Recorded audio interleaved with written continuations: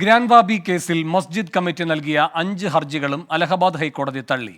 പള്ളിയിൽ ആർക്കിയോളജി വകുപ്പ് പരിശോധിച്ച് ക്ഷേത്രം പുനർനിർമ്മിച്ചതാണോ എന്ന് പരിശോധിക്കണം എന്നുള്ള ക്ഷേത്രവിശ്വാസികളുടെ ഹർജി തള്ളണം എന്നാവശ്യപ്പെട്ടായിരുന്നു ഹൈക്കോടതിയെ സമീപിച്ചത്. ആർ രാധാകൃഷ്ണൻ കൂടുതൽ വിവരങ്ങളുമായി ചേരുന്നു. ആർ രാധാകൃഷ്ണൻ, എന്താണ് ഈ ഹർജി തള്ളാൻ കോടതി കാരണമായി പറയുന്നത്?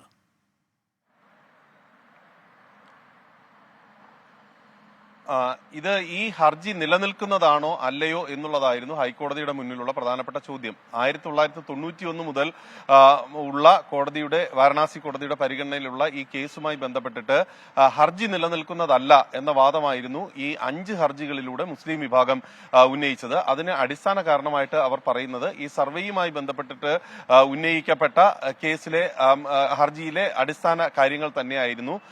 ഈ ആരാധനാലയ സംരക്ഷണ നിയമം അത് നിലനിൽക്കുന്ന ഒരു സാഹചര്യത്തിൽ ഇപ്പോഴത്തെ ഈ ഹർജികളുടെ നിലനിൽപ്പ് ഇല്ല, അത് രാജ്യത്ത് മതസൗഹാർദ്ദത്തിന്റെ അന്തരീക്ഷം തകർക്കും എന്നതുൾപ്പെടെയുള്ള വാദങ്ങളായിരുന്നു മുന്നോട്ട് വെച്ചിരുന്നത്. ഇത് പരിശോധിച്ചുകൊണ്ടാണ് ഇപ്പോൾ അലഹബാദ് ഹൈക്കോടതിയുടെ ഭാഗത്ത് നിന്ന് ഉത്തരവ് ഉണ്ടായിരിക്കുന്നത്. ഈ ഉത്തരവിൽ ഏറ്റവും അടിസ്ഥാന നിരീക്ഷണം എന്ന രീതിയിൽ ഈ ആരാധനാലയ സംരക്ഷണ നിയമം അത് ഈ കേസിൽ ബാധകമാണോ എന്നത് സംബന്ധിച്ചിട്ടുള്ള കാര്യം അടക്കം ഇനി ഈ ഹർജിയുടെ വാദത്തിലാണ്, വിചാരണാ ഘട്ടത്തിലാണ് തീരുമാനിക്കേണ്ടത് എന്നുള്ളതാണ്. അതിനെ ഒരു മുൻവിധിയോടുകൂടി ഈ കേസിൽ അത് ബാധകമാകില്ല എന്ന് പറഞ്ഞുകൊണ്ട് ഈ കേസ് തള്ളാൻ സാധിക്കില്ല. അതിന്റെ അടിസ്ഥാനത്തിൽ മെയിന്റനബിലിറ്റി തീരുമാനിക്കാൻ പറ്റില്ല എന്നാണ് കോടതി പറഞ്ഞിരിക്കുന്നത്. ഇത് ഉൾപ്പെടെയുള്ള കാര്യങ്ങൾ വാരണാസി ജില്ലാ കോടതി വിശദമായിട്ട് പരിഗണിക്കണം. അത് അടക്കം പരിഗണിച്ചുകൊണ്ട് വേണം ഈ കേസിൽ ഒരു തീരുമാനം കൈക്കൊള്ളാൻ വേണ്ടിയിട്ട് എന്നാണ് ഇപ്പോൾ കോടതി പറഞ്ഞിരിക്കുന്നത്.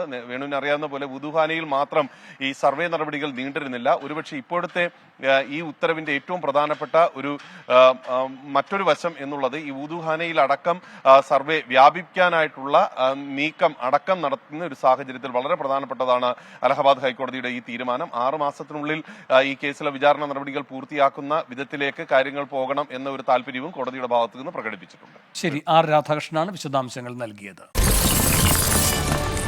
24 അഞ്ചിന്റെ വജ്രത്തിളക്കം.